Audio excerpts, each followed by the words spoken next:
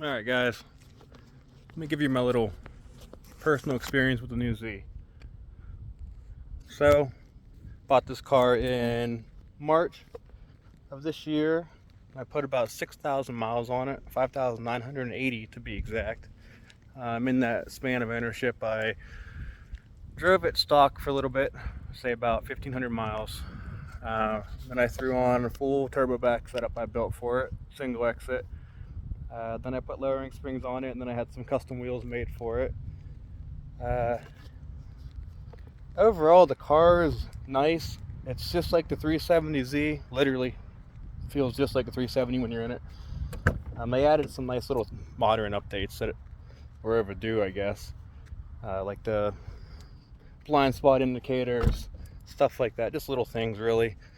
The sound system, I have the performance model with the Bose in it. The sound system is definitely a downgrade from the 370s. I've had 5 370s in the past, so I'm familiar with how the sound systems work.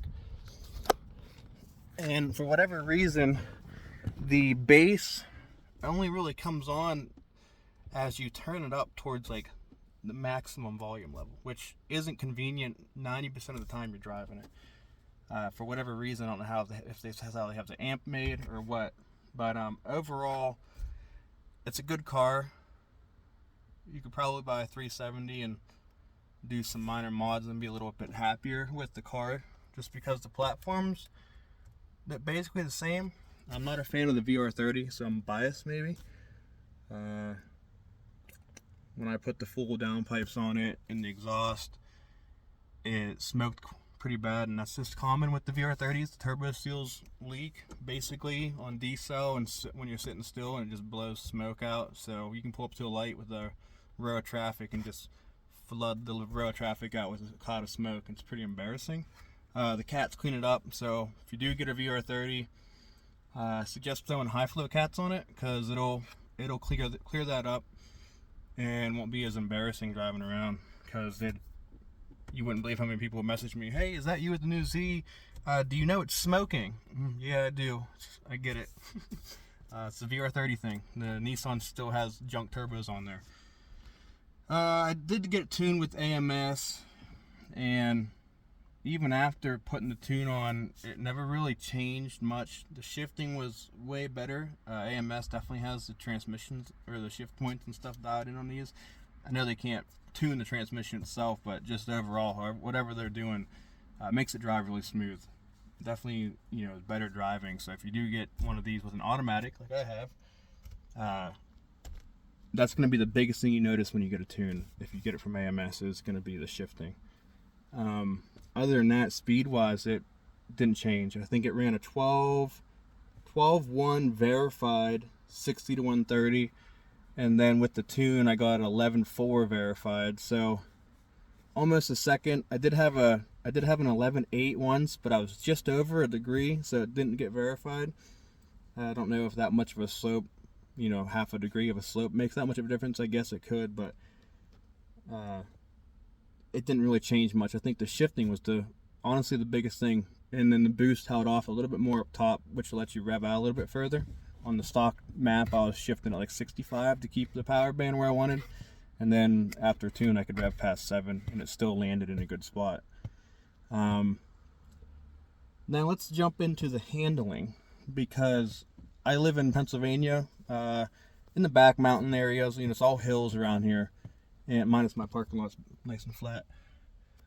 But I live about central PA, and everywhere you go here is just back roads. They're nice back roads though. They're paved, twisties, stuff like that. And I grew up on them, so I'm familiar with like cars handling and driving fast. I drive like an idiot, have fun. There's not many people that live around here, so the roads are always clear.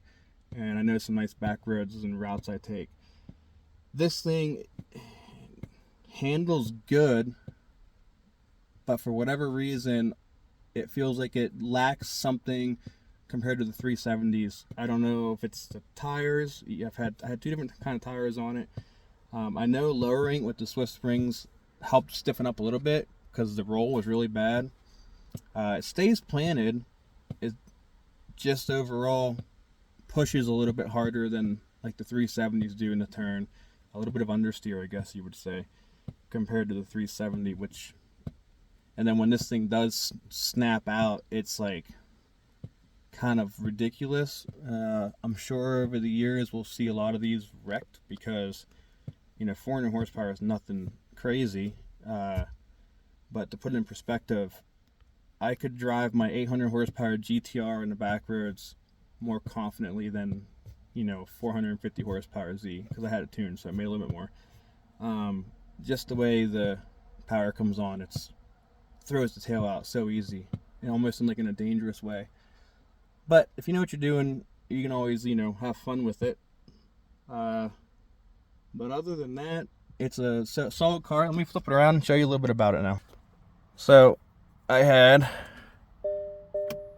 I'll turn the key on here. You can kind of see. Let it focus. Come on, friend. 5,900 miles on it.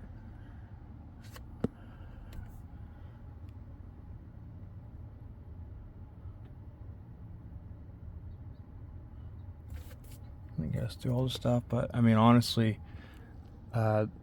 everything, the 370Z door panels, they just added a little kick plate here to all those marks people were getting on the 370s. They probably put that on there to help.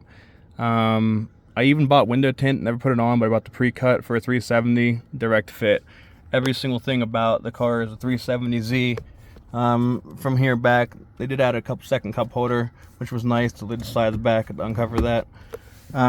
Obviously all 370 interior, 370Z side windows, 370Z hatch plastic.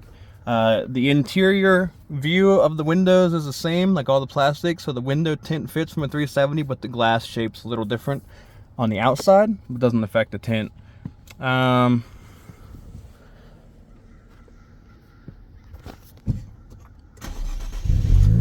It's all stock now, so it's kind of weird.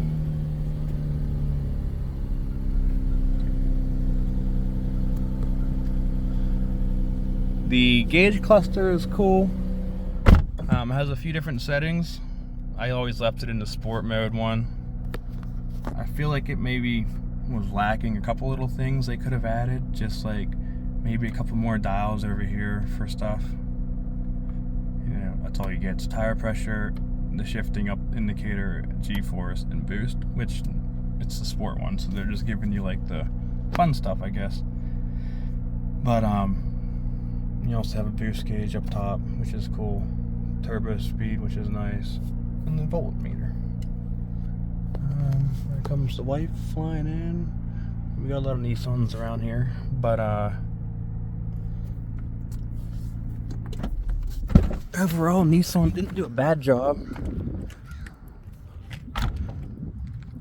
Blue is my favorite color, so I was happy to get blue. Instead of looking at my weird face, now you can look at the car. Not a fan of the black wheels with the Katana. I actually, when I got custom wheels put on it, I got LMGT style wheels that were silver, matched the Katanas. It was a nice offset. Kind of went with the car better, in my opinion.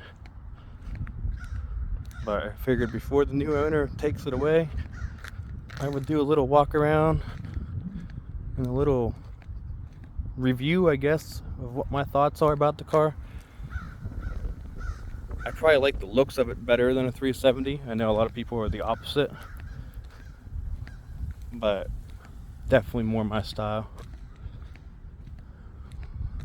But what I can tell you is that little car over there, I'll take 10 times out of 10 over this. And not to mention the GTRs in the garage. Really just different, completely different ball game. The 300ZX is, every single thing about that car is superior to any of the newer Nissans. I am happy that they went with the 300ZX style rear end, I guess you could say. But yeah, that's my thoughts. Nissan took the best of every Z and over the years and kind of made one, and this is what you get: the 2023 Nissan Z.